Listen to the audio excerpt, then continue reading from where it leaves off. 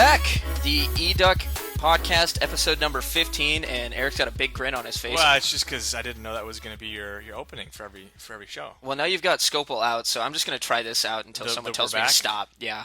And also, again, it just lends to that whole theory of, hopefully people are just listening to this on a constant loop. I don't know if they are. They'd be on like hour 18 now. Yeah, exactly. So they're powering through. They just haven't slept, and they're just sweating in their apartment right now because it's 90 degrees outside, listening to us blather on. Someone who's been overseas the entire summer, coming back and wanting to know everything that's happened with the Oregon off season. This would be a way to do it. This is kind of like marathoning a television show. If you were just binge watching Breaking Bad, yeah, essentially. You're just binging eDuck podcast. Exactly, and so that's great. So anyway, I'm Robby Boydstun here with Erik Scopel. This is the 15th edition of eDuck podcast. I want to say that if they were binging right now, we wouldn't need to introduce ourselves because they'd know our names. That's true. Well, I guess for consistency's sake, we should just every hour, just in case they forget. They're getting sleepy.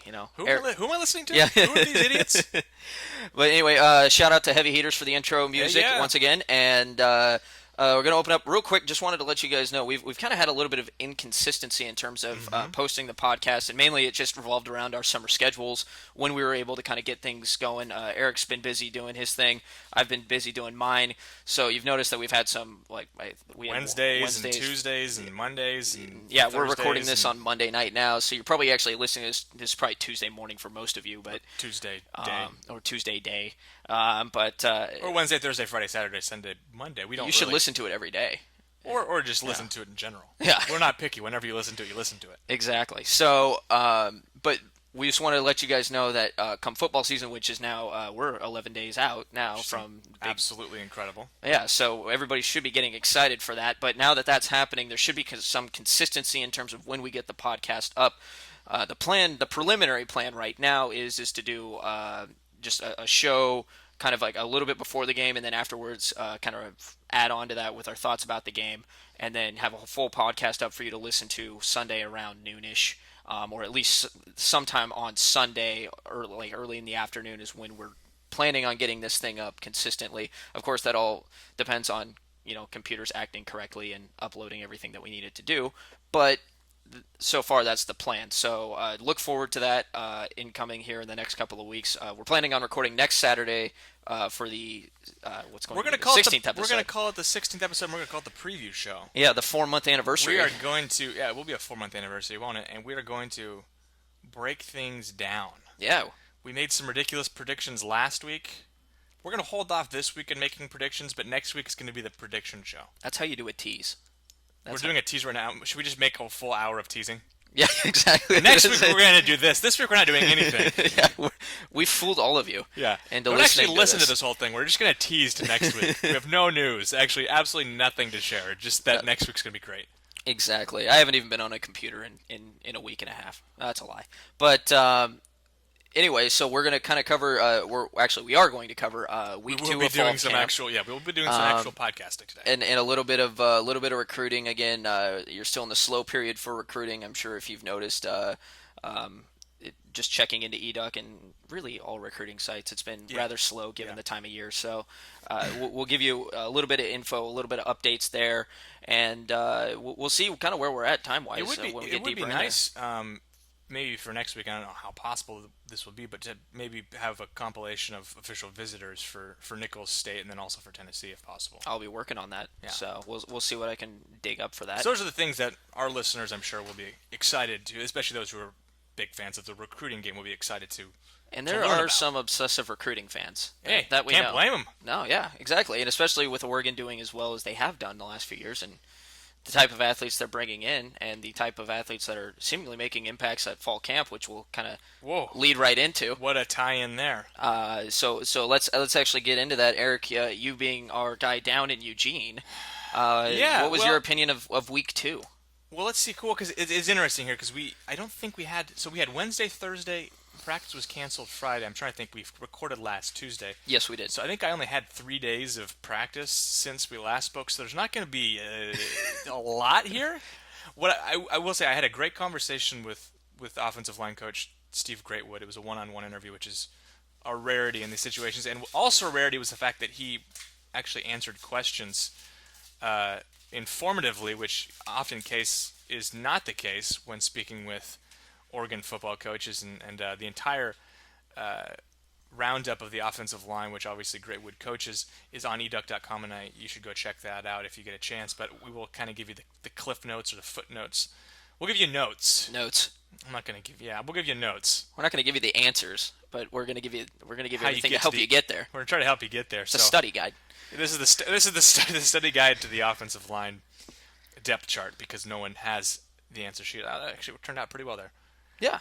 But speaking with Coach Great, when we touched on offensive line depth and kind of the direction we thought that was going to be going last week in our preview of each of the positions, we kind of broke down the depth chart as a whole, which was 80 minutes of talk. Yeah, and that was a productive 80 minutes of talk. It was fun breaking all that down. But having spoken with Coach Greatwood, we have more in-depth understanding of the offensive line battle, I think, and obviously we touched on it last week. It seems like 3 out of the 5 offensive line positions, that being tackle and center, are pretty locked in there. Jake Fisher, Hronis Grasu, and Tyler Johnstone really being, going forward, not only this year, but going forward in future years, that if they choose to stick around at Oregon, obviously predict to be really, really talented players. So those guys have locked in those spots. Now we're looking at those 2 guard positions, and we talked about it last week a little bit. It sounds like there were 4 candidates. Having spoken with Greatwood, it sounds like it's actually more like 3 candidates to play the guard spot. Mm-hmm. Everett Benyard, Manna Gregg, who are both seniors, and then also Hamani Stevens, who's probably older than them, but just took that 2-year mission, as you might remember, after his freshman year a while back. Getting a little bit of maturity there. Yeah, got a lot of maturity there. So, and he said, and I can actually read the exact quote, he said, all 3 of these kids, I have no qualms about starting games. They've all played a lot of football. Which is huge to get that type of depth, and to know you have that type of depth early on in the season for such an important position, for such an important component to Oregon's offensive system. Everything starts there, and you've got to know your ins and your outs. You got to know all the technical detail, because it's not an easy system to grasp in terms of tempo and just knowing where you need to be every play. So the biggest advantage for Oregon is getting those lines shored up, and it looks like on both offense and defense they're finding ways to do that here in fall camp. And then having spoke with Greatwood, another thing that kind of stood out was depth. And I think the 2 of us kind of looked at the depth chart and thought, they're pretty deep here. Speaking with the coach, it sounds like there might be some concerns, especially at tackle, which was a little bit... Sorry, I'm burping here because I just had a bunch of pretzels. I'm not sure if it usually leads to burps, but it has its way with me, apparently. Okay. But at weird admission, number 1 of the day. Yeah. There might be more. Possibly. Anyway, getting back to it, though, but it sounds like Andre Y, as we call him, Andre Urigiatonia. I don't know. Tagonia. Yeah, we'll pause. I got the last name. Andre last Tonia. I think we'll go with Andre Y. Yep. It sounds like he's kind of. We talked about last week. He was probably the fourth piece there in terms of the guard battle. It sounds like he's playing outside at tackle more, but could factor in. It sounds like he'll be part of the depth regardless. It sounds like he's kind of maybe that 6th guy regardless, and they'll move him in. Either be playing guard or playing tackle, kind of like something like I think Everett Benyard did that for a while, played guard and tackle before settling in at guard. He's a weird guy at guard for me. He and Manna Gregg are just so different. Greg's 5'11" and Benyard's 6'7". There's just such a variety in terms of height that it's weird that those are 2 of the guys fighting out for the same position to me, because they're so vastly different physically. Right, but again, when you get that type of if you have the right technical skill there, sure. it shouldn't matter in the long run. Then again, though, when you're going up against a big line against Stanford, then you might be looking at different matchups. So it's entirely possible. Yeah. But getting back to that offensive tackle depth, it sounds like we talked a little bit last week about what freshmen might play, and I think Greatwood gave us a little better picture, and he didn't say any freshmen were guarantees to play, but it sounds like Cameron Hunt, who we talked about last week, is probably the most heralded of these freshmen, has the best chance at this point in time to see snaps early, which was something I wasn't certain about because we hadn't heard a whole lot about him. But again, it's a case by case basis based on what the coaches are saying. And when we talked about this last week, remember, Cameron Hunt was, as you alluded to, and as we've documented throughout his recruitment last season, he was that jewel at the offensive line on the offensive line in terms of a big get, and the fact that they were able to get him steer him away from Berkeley, that was a big deal. So it doesn't come as too much of a shock, in my opinion, just hearing a ton about how good this kid is, that he will have a shot to play. And reading from your story here about Cameron Hunt from Greatwood saying that he's technically pretty far advanced for a high school kid. A I kid thought who's it was only funny played he was still referred to him as a high school kid. I 'Cause thought that was too. He's in his like second week of fall camp, and he's like, he's still a high school kid. Apparently, you got to earn your stripes there with Greatwood, but you notice because there was some talk about maybe Jake Pisarcik. You're looking at Elijah George, but it's one of those things where it sounds like Hunt came in as the most technically skilled player and is going to get a chance to display that this season, which is exciting for fans that want to see a little bit of that youth. And for him to get that kind of experience that early on, you can see that they're setting up the foundation for him to become a leader on the offensive line going forward. Now I'd really be reading the tea leaves here, which is a cool term. I like that term. You talked for a while, so I had time to think of something cool to say. But having spoke with Coach Greatwood, I actually think Elijah George is a guy he's really excited about. You could just his face kind of lit up when I brought up. Well, actually, I didn't bring up his name, but I brought up the freshman. He talked about Hunt and how he had a chance to play, and then his face kind of lit up when he talked about George, who he thinks is just an absolute athletic freak, who just doesn't have. I mean, I think he said, and I don't know if I included it in the article, but I don't think they even taught him how to like pass block in high school. So he's kind of at a disadvantage there. He's obviously physically gifted, but technically it sounds like he's kind of like he can use a couple years to develop. Right. But once he figures everything out and he kind of gets his feet under him, this guy could be a big time talent. Right, and that was kind of I feel when Oregon got him last year, or with this last recruiting class, Sure. so technically this year, but he was one of those guys that he was going to be a development, but at the same time, the fact that Greatwood's you saying his eyes lit up, and he's saying he's going to develop into a fine tackle. He wasn't technically sound, but at least he's got that skill set. If you look at him, and it's like, wow, okay, so that kid, you give him a little bit of practice time, a little bit of in-game experience, he's going to pick it up. And that's going to be another big thing for Oregon going forward. If you team him up with Hunt out there, you got George playing at the tackle position along there. That's just a big deal for Oregon, developing these young guys early, especially since we don't know what Doug Brenner's going to do. We don't know what Jake Pisarcik's going to do. Evan Voller's injured, so really you want to look and see which ones you can develop early to get them that experience, and that way you're not having a huge gap in terms of talent level from class to class going forward.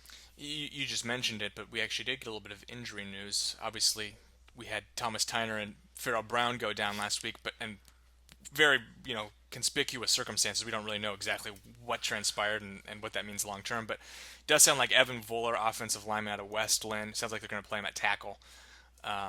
It sounds like he's been hamstrung by a hamstring injury. Hey, nice. For a while, so it sounds like he was one of those guys that Greatwood wasn't even really willing to evaluate because there wasn't anything to evaluate. Well, and that's fair. And it'll be interesting to see going forward with him. But again, it's better to have healthy players, and then kind of you want to evaluate going forward. You especially give him time, give him that red shirt. It sounds like he's probably going to get if he's injured. And see what he can do later on down the line. I mean, that's why they give it to you down anyway, the line, right? huh? Well, why not? But so again, your thoughts just on overall that second week. Do you feel like the focus is there? That was there the first week because you get in the first week. Yeah. Obviously the players are excited Are to you talking get about back just on the the football offensive field. line, or are you talking about just in general? Well, I'm talking in general. Just and we've referenced the offensive line Yeah, here. well, But it sounds like, and I don't know if this was the entire impetus behind the decision, but Friday they had off, and that was a surprise. I didn't even receive an email alerting me that there was no practice, so I almost drove out there if I hadn't seen some reports on Twitter that practices was canceled. I actually ran into a couple of the freshmen at Little Big Burger, which is a burger place down in Eugene. That's like a delicious. 10 minutes before. Yeah, we've been there before. Yeah. 10 minutes before practice was set to be starting. Thought, well, either Darren Carrington and Chris Sese are skipping practice, or there's no practice today. I'm hoping it's the latter. Yeah, exactly. It wouldn't look good. But it sounded like after the last scrimmage they had and the last walkthrough they had, Helfrich was a little bit. I don't know. I want to say he was disappointed because I don't want to put words in his mouth. But it sounded like I think that the decision was basically to try to give these guys a little bit of time to kind of regroup and come back. And it sounded like Saturday's practice was really, really good from all accounts. And I think Marcus talked about it on Saturday as well. And there's audio out there somewhere. but it sounds like things are moving well. I mean, it's you don't get a lot, you don't hear a lot of negative things in general from the players because it is kind of a propaganda machine and we can't really go watch them. And the Exactly. only practice reports come from GoDucks.com, so we're kind of have to take them at their liberty for what they say. But from everything I've heard, and there's a positive outlook out there, I think, and I don't think we've heard a lot that should lead anybody to be concerned. I'm not sure if we talked about it since, but there was Mr. Up in the Tree, who was watching Oh yeah. practice, had brought up the fact that he thought that they were practicing slower than they had under Chip Kelly, which was perhaps reason for alarm for a number of fans. I think some fans kind of were, I don't know what I'm doing here, but Up in up in up in arms, really arms. up in Yeah, arms. I think that's a good term. But again, you're still getting back into Well, that's what I was going to say. into Helfrich into talked about shape. there's so much implementation of offense. These guys are getting they're getting into shape by running through stuff that, and they've got freshmen to deal with now too. That there's so much going on that you can't expect these guys to be practicing at Chip Kelly week 7 level when it's Mark Helfrich week 2 and he's still got a bunch of guys to deal with. And I think there's just going to be a little bit of overreaction given the regime change, given the fact that you know everything's supposed to look pretty much the same, I and it's fully expect from that because there's going to be those same expectations that if there's any minor change whatsoever, there's going to be gut gut Yeah, reaction of I don't know. I fully expect for there to be overreactions to everything we hear until they actually get out in the field because that's just kind of the nature of the beast right now. We're Jones in football. It's been 7-8 months now, and we want there to be a story. Sometimes there's not, frankly, Right, you're digging for information that sometimes isn't there. which might be the case with some of these injury things. We talked about it last week. Phil Brown thought he'd be good to go for practice this upcoming weekend. Obviously, we don't know if that's the case, but it appeared he had the cast removed on Friday. Thomas Tyner, I haven't personally seen him since Monday of last week, so I don't. Or sorry, Tuesday of last week. They're hiding him. They're hiding him. Yeah, and the thing is, with the new building, there are plenty of places to hide him. Exactly. He could be Places we're not allowed to go. for all we know, he's hanging out in that coach's spa. You know, their grotto or whatever that they got in there. Grotto. Yeah, Isn't something that like part of that. the Playboy Mansion? Well, yeah, but I think they use it for different things. I don't think the Oregon coaches are using that for similar things. That could be a recruiting advantage. That could be. Well, we'll delve off from that. But I did want to ask you a little bit about the secondary. Obviously, a lot has been built up. We talked a lot about it last week about how it's become. You know, there's talk of it's the best in the nation, if Sure. not at least the best in the Pac-12. Yeah. I read a little bit today saying that at least in the morning, Chris Cisse and Tyree Robinson were able Sure. to make a little bit of an impact out there today. Some of the freshmen Well, are Terrence doing Mitchell good. told me that Tyree Robinson has swag, I don't doubt that. which I didn't know if that meant he had a lot of Oregon gear or if it meant something else. I think that just refers to his the way he plays the game on the field. He He's plays got swagger. he plays loose, he plays hard, and he makes plays. I think that's I hope I'm close there, but I'm probably not the best person to I ask think that's about one that. thing we're gonna have to look for a definition of swag. I know there's Urban Dictionary, but I kind of want to ask. Can we get an Oregon thesaurus? Can we ask these questions to these players? Just like, could you give That us would be a fun segment. a definition, like a week by week? You know, it was one of the news stations had something with Rolling Live with 45 or something a couple of years ago. Yeah. And you know they should do that again, or we should do like an Urban Dictionary, like you said for Oregon for some of the players. Oregon team terms. I think they get a kick out of that. Well, I spoke with Terrence Mitchell, who's arguably the most entertaining interview of anybody on the team. And I've yet to get a chance to oh, you interview him, haven't? so yeah. You'll have to make it happen this season. I'm sure there'll be a post game opportunity where he'll made some plays. But spoke with him and I baited him into it because he's one of those guys who sometimes, I don't want to say makes the mistake, but sometimes the enthusiasm gets to him and he'll say something you probably shouldn't say. I try to bait him into by saying, "Is this the best Oregon secondary you guys have had or that's ever been here in the program's history?" And he said the only way that would be the case is if they brought home a national championship. Well, that's okay. Well, that's a good answer though. That's better than the I don't know. Now you're doing Dana this- Altman impression right now, huh? I inadvertently, I guess, but you know, the whole diplomatic answer that I've got to assume they teach these kids in some sort of media training class before they go out actually Sure. in front of the cameras, but that at least sets a press or a goal out there that that is what they're looking for, and I got to talk to Bola Combo last year before the season. And he even said similar things. It's the natty or bust. It's gotten to that point with the program that you're expected to win a national championship now, and especially with given the new facilities they're building, all the money they're putting towards the football program. It really is at this point. I feel in a lot of fans' minds, national championship or bust, and it seems like it's that way with the players too. Yeah, no doubt about that, and the coaches won't go as far to say that, but I think the expectation within the players is certainly that they're going to compete for championships both within the conference and on the national stage. Hmm. Some of the posters on the board were curious to see how much Avery Patterson had been practicing, and of course we can't give you a real definitive answer, but it sounded like, having spoken with Terrence Mitchell, he's out there, and it's good to have him back. Obviously, we spoke about last week. We spoke about how much depth they have at safety with both Eric Dargan and Avery Patterson. It's kind of a collection of riches out there. There's so much talent at safety, and it'll be interesting to see how that battle plays out. And again, we probably won't know who's going to be starting there until the first game, but I think it's pretty much even money at this point.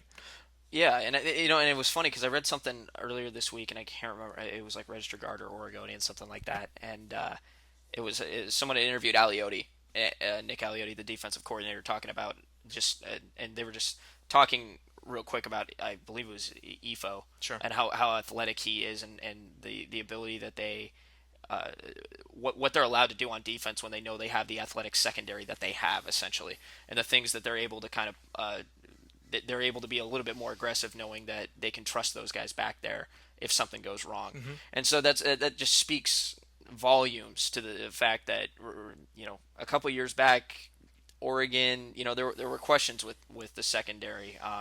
And how effective they could be, especially against bigger receivers. Even last year, like you alluded to last week, they still had trouble against USC. So the fact that they got that year under their belt, and now they've got a large build to live up to, and the entire defense really does too.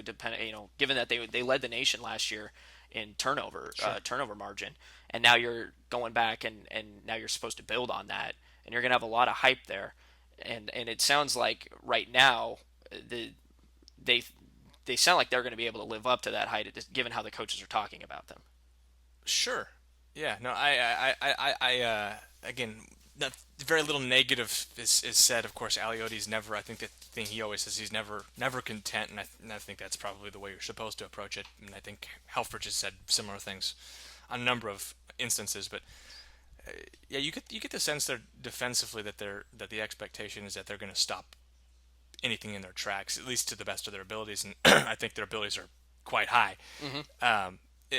The only place you kind of think there might be a hiccup is linebacker. We talked about this before, which is interesting because you talked about the secondary having question marks a couple years ago. The defensive line for a long time was kind of like, when are we gonna bring in a real defensive tackle or something like that? And now those are the two strengths of the defense, and the linebacker is going to be the position where they're going to have to kind of build something here, kind of makeshift. We talked about it last week. There's nothing Piece things together. Nothing really pops. Your eyes don't really pop, but on a number of those positions, obviously Lacumbo, and I think the drop end, you've got a couple of guys with a lot of experience, but outside of Lacumbo and the drop end, you kind of looking through there going, well, who's going to be the guy? And maybe none of the names really pop right now. And can they win football games and be competitive at a really high level like they want to be?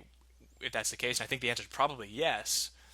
They should be able to mask up some of those holes with this great defensive backfield and this great defensive line, but it's going to be probably a battle. Yeah, and there's going to be some games where you're going to see that exposed, I think.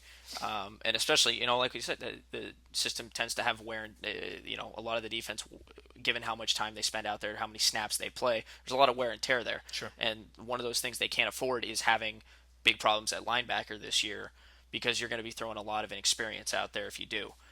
And given that, and I read it on eDuck, I wrote a little summary of kind of who Oregon's going after at linebacker right now in terms of kids who have offers, and then kind of the likelihood of looking at will they get a chance to come to, or which prospect does Oregon have their best shot at. And the list isn't big right now, and they've missed out on a couple of big names to try and plug up some holes coming, if they were to get through this recruiting class. I mean, the Joey Alfieri we talked about last week went to Stanford. He was joined by Bobby Okereke.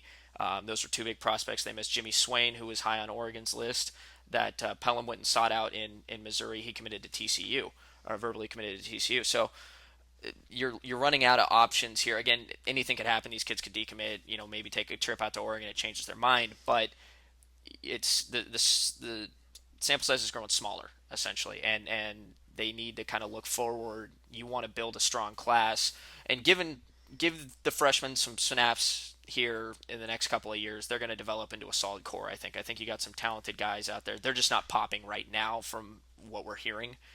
But you also want to kind of look ahead. The Joe Walker who's brought in to plug a hole now, he's going to be gone in a couple seasons. So you got to look ahead now to make sure that you can find a spot to plug in for him. You got to find a spot to plug in for Locumbo. You lost Alonso. You've lost. Sorry, I'm losing it, but Deion Jordan, Michael Clay last year. Michael Clay, Deion Jordan, and the year before that, Terrell Turner. So you're losing out on some guys who developed into some big time prospects for Oregon, and you can hope that under Don Pelham, they're going to be able to keep that machine moving. But you also want to get good prospects in there that Pelham can develop quicker, and fill those holes when they need it. So that's one of the things that, again, that's going to be the big question mark heading into this year when you look at game time and looking at those first couple games. That's going to be the position core that I'm going to be looking at to see, which of these kids actually looks pretty good right now. And are they going to be able to? Are they going to have to rely too much on the line to make those stops on the run, or are they going to have to rely too much on the secondary and in those pass situations to kind of cover up some of the errors? That'll be interesting to see. Yeah, and I'll have to speak with Coach Pelham because I think it was almost 2 weeks ago now Yep.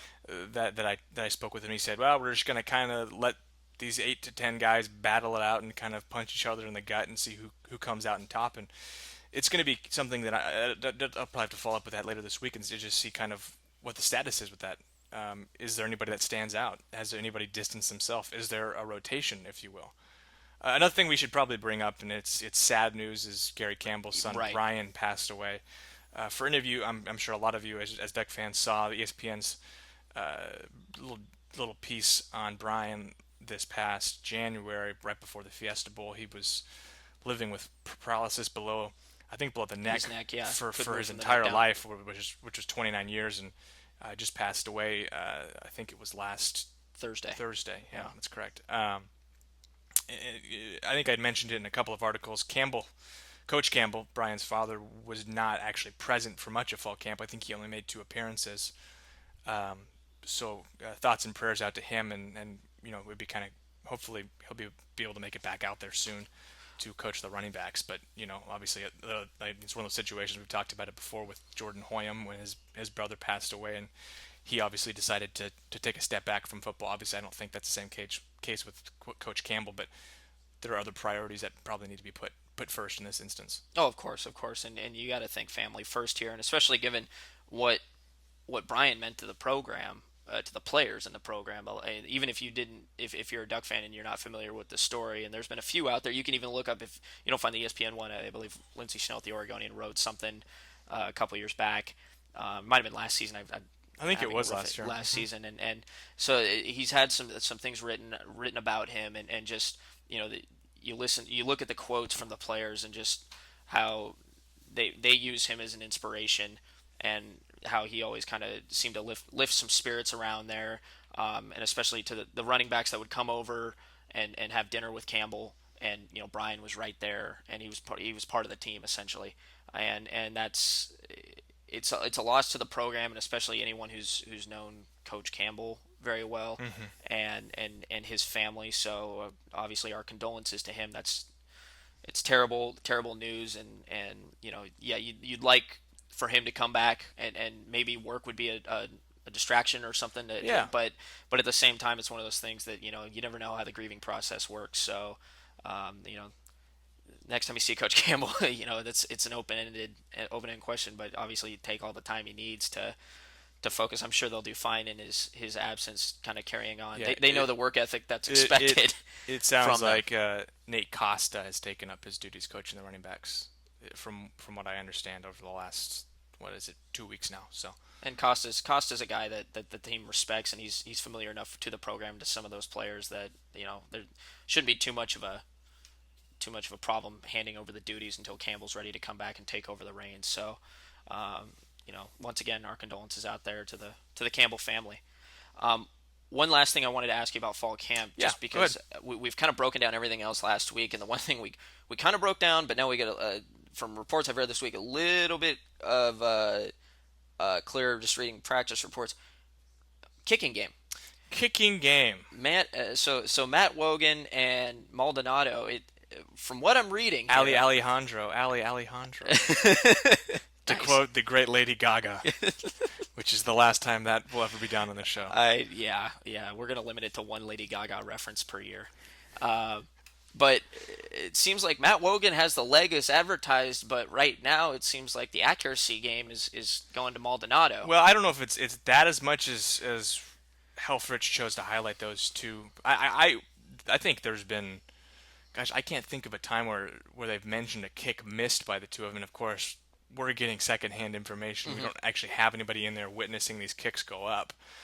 But yeah, so far, what I think Coach Helfrich basically said is that Maldonado's had the consistency, which is something that I think some fans think he might have lacked in certain instances in the past, In the maybe when last the couple of pressure's on, seasons. and Wogan has the leg. And I think it was Jason Quick of the Oregonian who was quick to ask, is there a possibility of going with two kickers, which is something you see every now and then with a big leg and then a short leg for extra points and for shorter field goals, and he was not quick to dismiss the possibility. And we're not trying to say build this up and hype it up as they're definitely going to use two kickers, expect to see them both out there.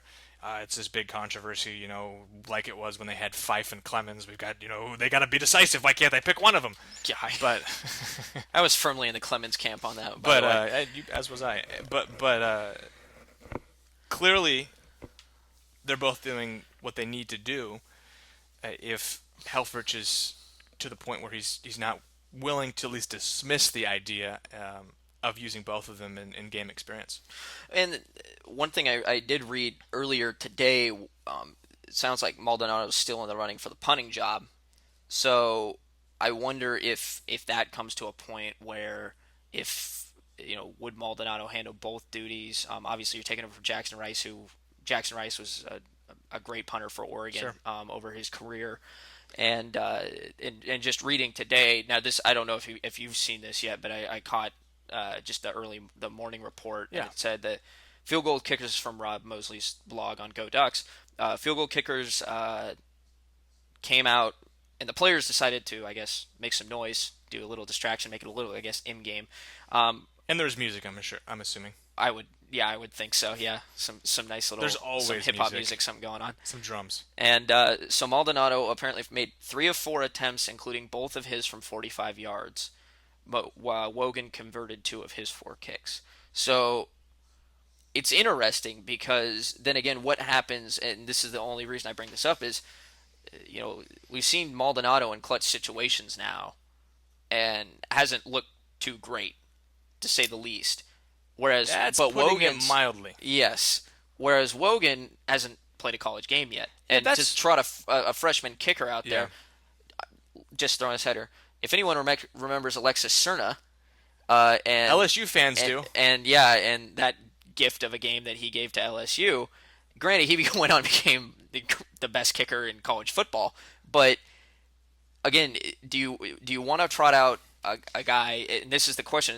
What happens when they get into this situation where it's a close game? Well, Do you want to go with the guy who's a senior who's been a little shaky on those kicks and maybe give him a chance to redeem himself, or do you want to trot out the true freshman? that's why I think in-game experience is almost impossible to quantify here, because Wogan, and this is what makes this kind of really an interesting storyline, is because we have Maldonado, and his track record is poor to say the least in these instances, but at least he's had those situations. And maybe it's one of those things where you'd prefer he's going to get a case of the yips every time he gets in those situations, and maybe it's just like you stay away from him and you go with Wogan.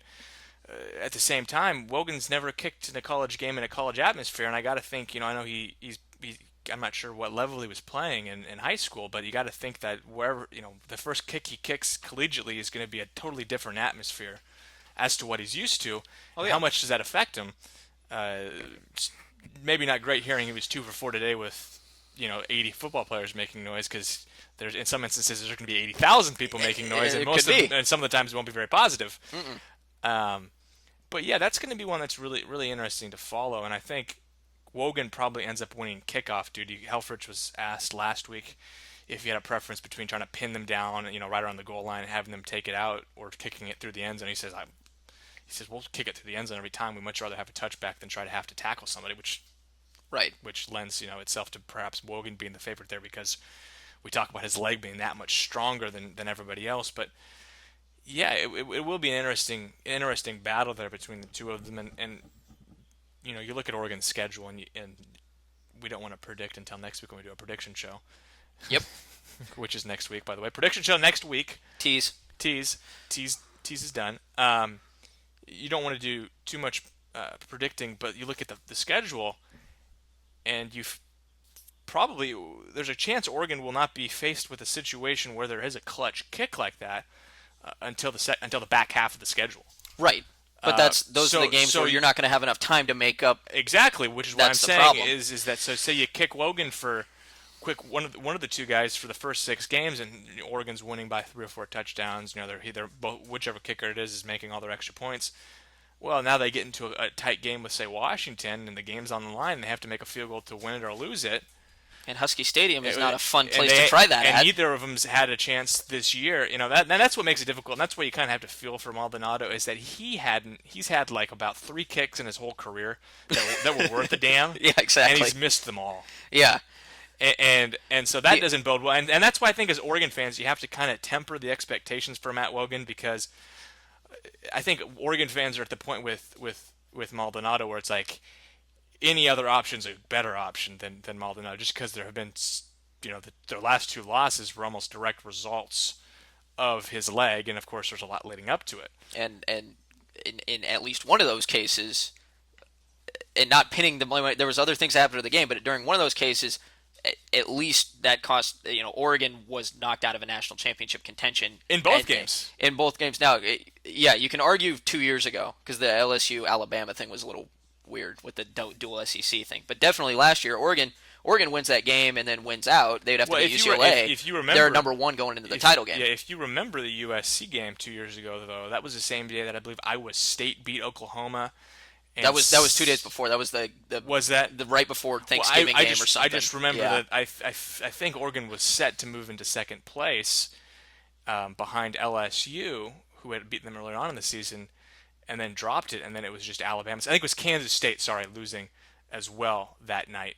No, that was last year. Kansas State lost last year to Baylor. Was that the same night as Stanford? Well, maybe. That happened within about 45 minutes of each other, I think.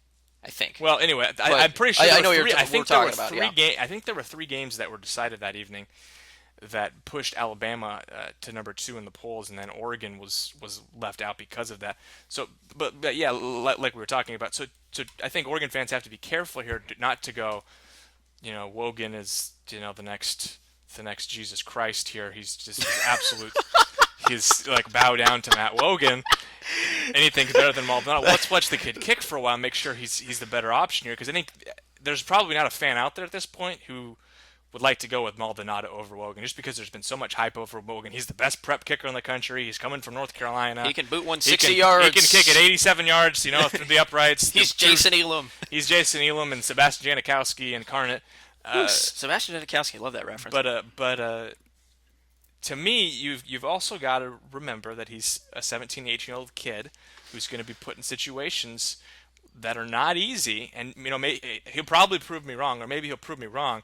But I just think, for me, I think you kind of have to take a step back and say, okay, Maldonado might have been bad. Let's make sure we're not totally crossing him off and throwing him to the wolves. Right. Before we see what the other guy can do. Yeah, because to lend some credit to Maldonado, when there wasn't the high pressure situations, which Oregon really only finds himself in that position probably once or twice a year as of late. But when they didn't have that type of situation, he proved himself to be pretty accurate. The problem is that when he missed those field goals too, it wasn't in a hostile environment. He missed them at home. He missed them at Autzen Stadium, and so that's the trouble. You could be interesting to see, but I'm not sure what his percentage is. But I only remember him kicking 3 kicks because you don't remember when he makes them. You don't Unless remember it's those to ones win a against game. Southern Missouri or something like that? But I do remember the ones he's missed, and they were not in good instances. I think you can get your stats at the bottom of the page if we can ever scroll down there far enough. Yeah, we got so field goals last season. Uh, Isn't that he was Isn't 3 of 6. 2011, he was 7 of 12. so? He does And not he had have a couple misses in that Stanford game. So really, you take it the Stanford game, he was 3 of 4. he does not have a great track record percentage-wise. It's barely over 50%. Of course, it's an extremely small sample size. 18 kicks over his career at Oregon. 18 field goal attempts. And you got to think, knowing the way Chip Kelly operated, that almost all of those kicks were pretty long kicks. Because if it was 4th and 4 at the 4, Chip Kelly probably went for it. If it was fourth Unless it was against Ohio State. if it was in the Rose 4th Bowl. and 17 at the 23, he probably tried to kick it. Right, right. So anyway, I just want to get your thought because I thought that was just an interesting thing heading into this season was what No, I happens think when so they get too. to that point. You know what because it one time a year it's almost guaranteed to happen over a college football season to any team at least, but the one time it's going to happen to Oregon, and you hope it's at home if you're an Oregon fan. Maybe you hope it's on want the it at road home. the way Maldonado's kicked it at home. Yeah, maybe he needs to just block everything out from Otson or something. But it's one of those things where when it comes down to that crunch time, and hopefully that they will get a few field goal attempts apiece. If there's not a clear cut starter, a few field goal attempts apiece heading in there, so you get a little bit of a sample size, and then you kind of go, okay, so what happens at crunch time? Is it going to be the freshman? Is it going to be Maldonado? Before we change gears and go recruiting and talk about a couple other things, I just want to point out that it might be lost that Oregon attempted 6 field goals, or he attempted 6 field goals all last year. I know Rob Beard kicked a couple, but that's pretty incredible. You're averaging less than one a game. That's easy. like Yeah. if they attempted 6 on the year, that means they attempted one every other game, Right. Which is just speaks to how incredible this team was in the red zone, and how rarely teams were able to stop them from scoring touchdowns. Right. Well, and and some people point out if Anthony Thomas makes a block there. Hey, we don't need to go that road. Anyway, so let's shift gears real quick. Actually, really quick before we get into recruiting, because there's not. I'm just going to focus on really kind of one story there, but just wanted to go out with the release of the AP poll, my favorite poll. The app poll? Of the It's of the app all poll? of all the polls. Yeah, the app poll. That's actually I never said that. That's actually pretty good. So these are people who aren't coaches that actually watch the games, and actually looks pretty similar for the top 5. These are media honks like us. Yeah, exactly. Who clearly aren't that well informed. So you got Bama number 1, Ohio State 2, Oregon 3, Stanford 4, Georgia 5. Same thing in the coaches poll. Nothing really Wow, the shocking. coaches in the AP agree on something? Now, it gets tricky here. South Carolina and Texas A&M are flip-flopped. South Carolina is 6. They're 7 in the coaches poll, 6 in the AP poll. A&M right behind them. Clemson at number 8, holding their spot at the coaches poll. Louisville at number 9, and Florida at number 10, also holding their spots. So you've got a pretty clear-cut top 10 there, and then you got Florida State and LSU in the top 12. Round out here to the bottom half, you got Oklahoma State at 13, Notre Dame at 14, which will be interesting to see how they deal without their starting quarterback from last season, and if Tommy Rees can actually, take over where Golson I did. feel like Tommy Rees is like Maldonado for Notre Dame fans, because there's been so many low points with him at the helm. Wasn't he the starter at the beginning of last season, and then didn't he get sent home or something right before that? Because he played a game in Ireland. Golson was the one who ended up taking over and is obviously now on leave for the season because of the academic thing. But yeah, Rees was the guy and Tommy for like Rees 3 years who's been like supposed to be really good but really stinks. I was gonna say Tommy Rees is like a 6-7 year senior. He's like pushing Jason White at Oklahoma status. Didn't White win a Heisman Trophy when he was like 7th year or something like that? What's his name at Houston a couple years ago? Oh, Keenum. Chase. Right? Chase Keenum. Case. Yeah, Case Keenum. Yeah. I always like to call him Chase, though. Anyway, back to the poll here. 15 Texas, 16 Oklahoma. So you got a little Red River rivalry there. That's kind of fun. Red River rivalry. Yeah, the triple R's a little bit too much for me there. Michigan at 17, Nebraska at 18, Boise State at 19. Getting a little non-AQ. There's a lot of continuity here. I'm looking at the coaches poll in comparison with the AP poll, and they're almost identical all the way down, which is kind of rare. Right. Yeah, and you got TCU at 20, UCLA, another Pac-12 team at 21, Northwestern 22, Wisconsin at 23, and then you got a couple Pac-12 teams rounding out the top 25. USC at number 24, and the Beavers at 25. One thing I do kind of find interesting here, I want to point out. You're pointing at Northwestern here because what the hell is Northwestern doing in a top 25 poll? I know they were good last year. I know they've been good for the last couple years, but 10 years ago, Northwestern was like a one-win team every year. They're recognizing the power of the J school out there. God, I wish the top journalism. If I would have gone there, I would have given my left arm to go to North now. Assuredly, we would not be doing this podcast right now. Yeah. I would be so much better educated. You would be doing something for the Chicago Bears or something right now. But Boise State, one thing I wanted to bring up here, interesting first game here. Obviously, going to Husky Stadium, they're going to open up the new remodel there. Little bit of an upset there, given that Washington always seems to have a lot of hype and that they should be at a certain point. We talk about that a lot, but that's something that could set Washington back a little bit. That's a big game for Washington right off the bat. They got to take back Montlake. That's their take back Montlake. That's their thing.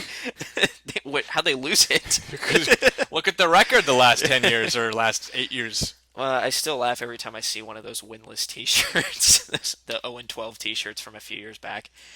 That was your look into the AP Top 25. Again, nothing real eye-opening, but again, it's a poll that other people like to look at that isn't the coaches poll. I know a lot of people have a lot of frustrations with the coaches poll, but and given that the AP still, I believe, for one more year has the power to have a split national champion should they so choose. Washington really appreciates that. I'm sure they do. They'll take back Montlake and they'll take back the AP poll. They'll split that national championship right up 50-50. It'll be 1992 all over again, just like they split it with Michigan. So let's go into recruiting really quick. Yeah, let's do it. I just wanted to talk. I got a chance to talk with someone that we haven't had a chance to really bring up on the podcast before. And that is St. Bonaventure, which is in Ventura, California. St. Bonaventure tight end Bryce Dixon. Good, because I was thinking of the Bonnies in college basketball. They're often confused for one another. But wanted to talk. I got a chance to talk to him real quick on the phone this week and get an update from him, and said that Oregon's one of the top 3 schools after him, along with UCLA and USC.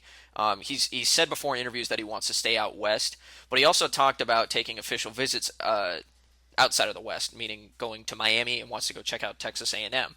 So it's a little intriguing. Maybe it's just one of those things where I got 5 official visits. He's treating it like a lot of these athletes do. Hey, I can get a trip out to whatever school I want to check out. This is going to be awesome. Why not check it out if you got it? If I was a recruit, I'd probably pick the school I wanted to go to and then visit Miami 4 times. I don't blame you. That's actually not a bad idea. Could you do that? Can I just? I'm not entirely sure. I'm going to Iowa, but let me go to Miami 4 times before I have to go to Ames for 4 seasons. I think you've just discovered like the greatest recruiting strategy of all time. Go to Miami 4 times. I might actually throw I would want to check out like UCLA or USC because it's so close to the beach. But then again, I'm from the West Coast, so I've actually been down there. So you've actually seen water. I've seen water before. I've seen the blue ocean, the very cold Pacific Ocean. But so Dixon did confirm that he is coming up to Eugene in October, and he's been talking to Tom Osborne quite a bit. Obviously, the tight ends coach. Position, sure. Also special teams. Don't want to forget that with the kicking game. So, but he I asked him a few questions, just like what's intriguing you about Oregon. One of the things he talked about was his connection to Troy Hill, who also went to St. Bonaventure. Yeah. And Troy Hill's been doing his due diligence as a Duck, trying to get Dixon to come out and check it out, and just building up, the program. Obviously, the new facility, saying that he, Troy Hill loves it out in Eugene and wants Dixon to experience the same thing.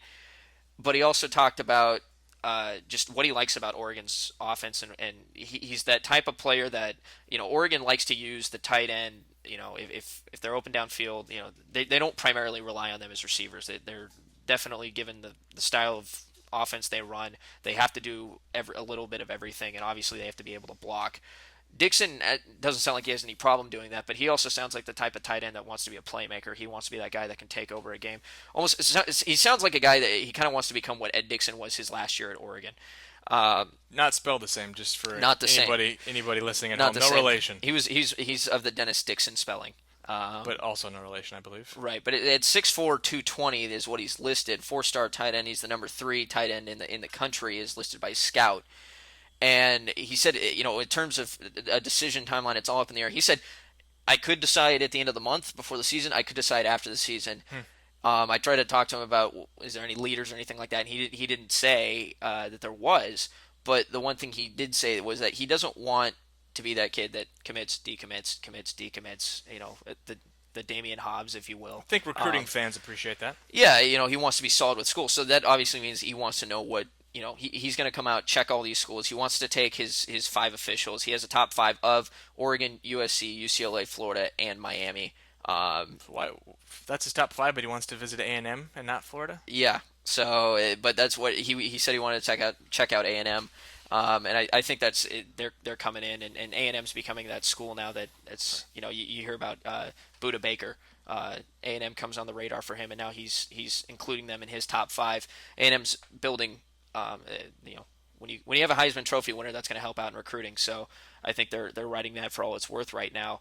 And Dixon's definitely a coveted prospect.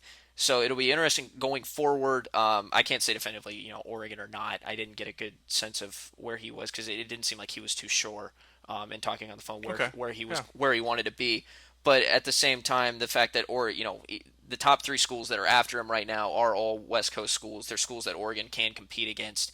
And right now, given the brand new facilities they've created, and the entire focus they've put to the football program, Dixon would be a big get at the tight end position there, to keep building on that depth, especially like you said, we talked about Colt Ayerla leaving possibly after this season, should he go pro, and he has a good enough season to justify that.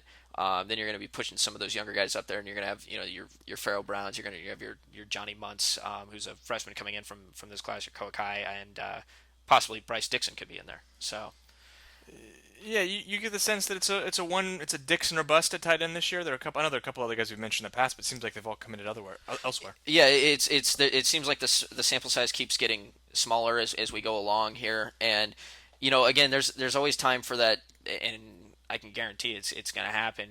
There's going to be a kid that comes off the radar, I think, for Oregon that no one really is looking at, and there's going to be those Daniel kids. was that guy for the tight end position a couple years ago. Obviously moved to defensive line, but Again, a guy but yeah, jumbo athlete that committed to Oregon and and these coaches, I think, and they're so focused on fall camp right now. I think you're going to get a little bit more of a sense of the late additions they're going to add, the late offers, and I think Oregon's probably learning a little bit with their coaching staff, given that they've been burned a little bit in the last couple of years with some prospects, mainly on the defensive side, but noticing that the way Oregon recruits, they like to know for sure about the athlete, grades, attitude, and playing ability.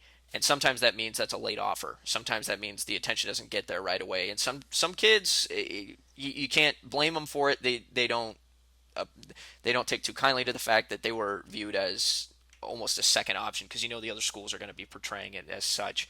So Dixon's a guy that they've been on, and a guy that they can definitely pursue, and a guy that if he does end up at Oregon, big get. But I think heading into the fall, you're going to see some kids that will have stellar senior seasons, that they're going to get game tape to be able to send out, and you're going to see another one of those. Even though he didn't come to Oregon, I've referenced him before. Those Zach Cunninghams, the guys that come out of the woodwork and just explode on the scene because of a monster senior year. That's why they give you an extra couple months after the season ends to keep going after these players. So just that's kind of what I wanted to cover with recruiting this week. Brief, but we're gonna have more as we go along here, and that's what I had. So that's what one note on a basketball note. It's not a good basketball note. It's kind of a sour one. Cristiano Felicio, who we spent probably more podcast time discussing than any other basketball player this year, outside of maybe Joseph Young, the transfer from Houston. Canada's greatest rec league prospect. Yeah, well, as I like Felicio from Brazil sounds like, according to a couple of reports, the number one being Duck Territory and Matt Pram, it sounds like he will not be attending Oregon, was not declared eligible by the NCAA, and it sounded like it didn't have anything to do with academics. It had more to do with amateur status, which you never like hearing whether or not a player is being because it seems like I can't remember hardly any instances where somebody had battled against the claims that they were not an amateur athlete and actually won the case against the NCAA. Well, in the NCAAs now, did how is there any shades of gray now in terms of them being 50. able to There are be 50 of them. 50 of them in terms of them being able to determine amateur status at this point, given all the lawsuits and all the stuff Well, going on right I now? will say, if you're an Oregon fan, we don't know. I don't know all the details with Felicio and why he was declared not amateur. But if Johnny Manziel plays this season, even though he had reportedly signed, a lot of figures worth of He had a sore right autographs, hand. then you've got to be a little irritated as an Oregon fan, just in terms of, I think in general, you have to be. That's kind of besides the point. It's kind of a where that kind of leaves Oregon right now is now they have another scholarship to deal with, and what do they do with it? I know on the boards, Jason Caliste, who is a guard out of Detroit, was mentioned. He's actually a name I had heard quite a bit about. He averaged 14 points per game at Detroit last year. He'd be another guy who's eligible to play right away. My thought there is you take him if Young's not available right away just to be another scoring punch.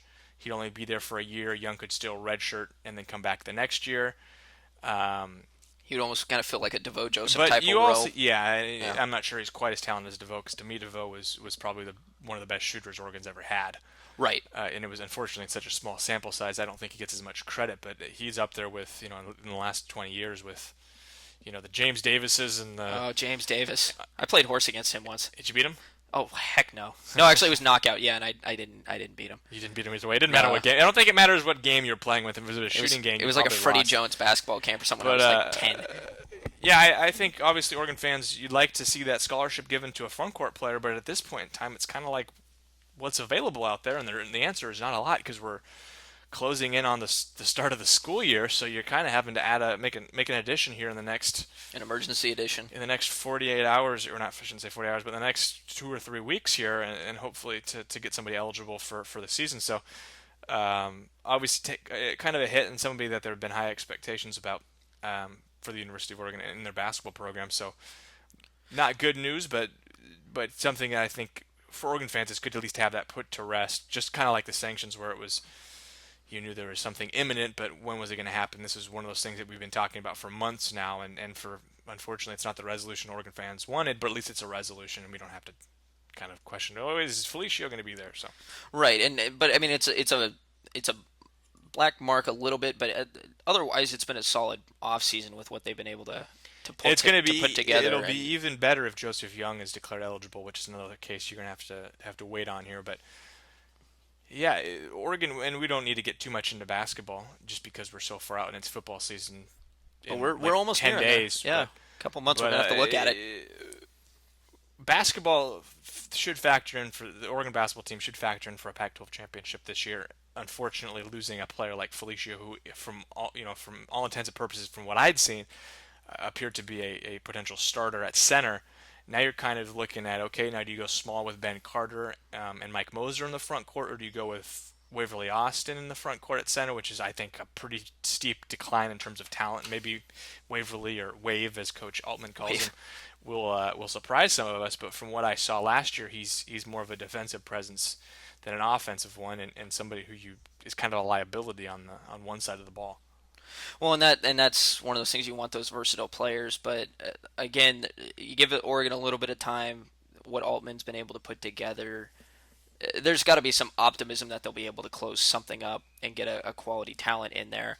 But again, what made Oregon so effective last year was the ability of how they were able to use their size and then use that to space the court.